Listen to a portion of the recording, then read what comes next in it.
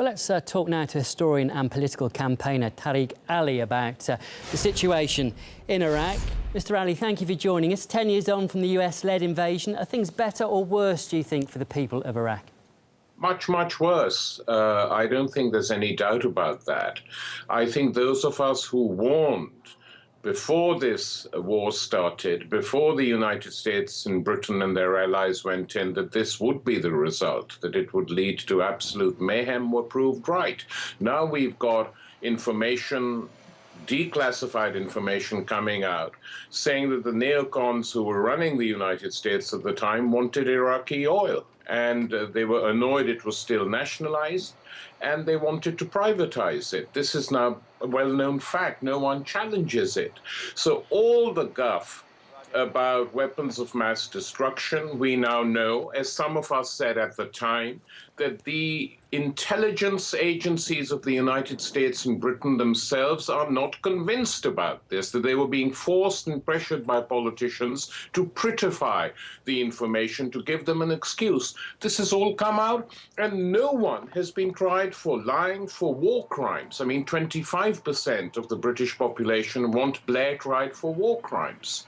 So we have these double standards going, and the figures given in the Western press of between 120, 150,000 people killed are grotesque. The government put into place by the occupation themselves say that there are 5 million orphans in Iraq. OK, there are a lot of negatives there that you've talked about, but have there been any positives at all? After all, the former British Prime Minister Tony Blair said the invasion did get rid of a tyrant. Have things not improved at all for the people of Iraq, who were politically repressed, weren't they, before the invasion?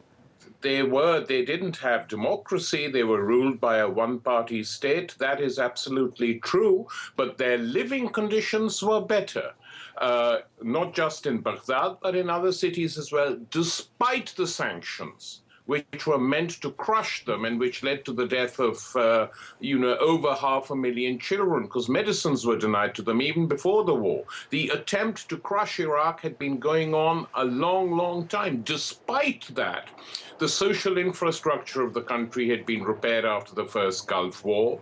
Medical, health, medical, educational facilities were functioning. There were food subsidies. People weren't starving. So, one shouldn't exaggerate, but compared to what is going on now, the social situation of the people was much better.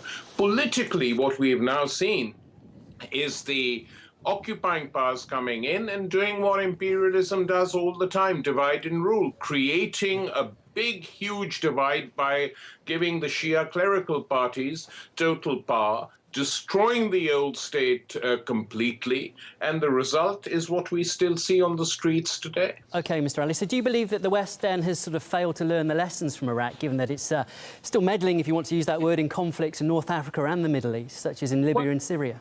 They certainly have. I mean, what they did in Libya on a minor scale was not that different from Iraq. Here, they were even more hypocritical because they had been treating Gaddafi as a world statesman. He'd been giving money to politicians, governments, institutions in Britain, France, the United States, elsewhere, and suddenly they saw an opportunity to privatize Libyan oil, and they went in, and the NATO bombing of Libyan cities for 6 months, we still have no casualty figures.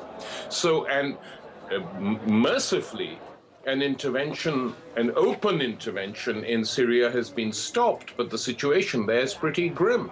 But they have learned no lessons at all. The great empires of the world act only in their own interests. They do not act in the interests of the people they invade or occupy. History teaches us that. OK, Mr. Ali, we will have to leave it there. Thank you, though, very much for your insight and your time. That was Tariq Ali, an historian and political campaigner. Thank you.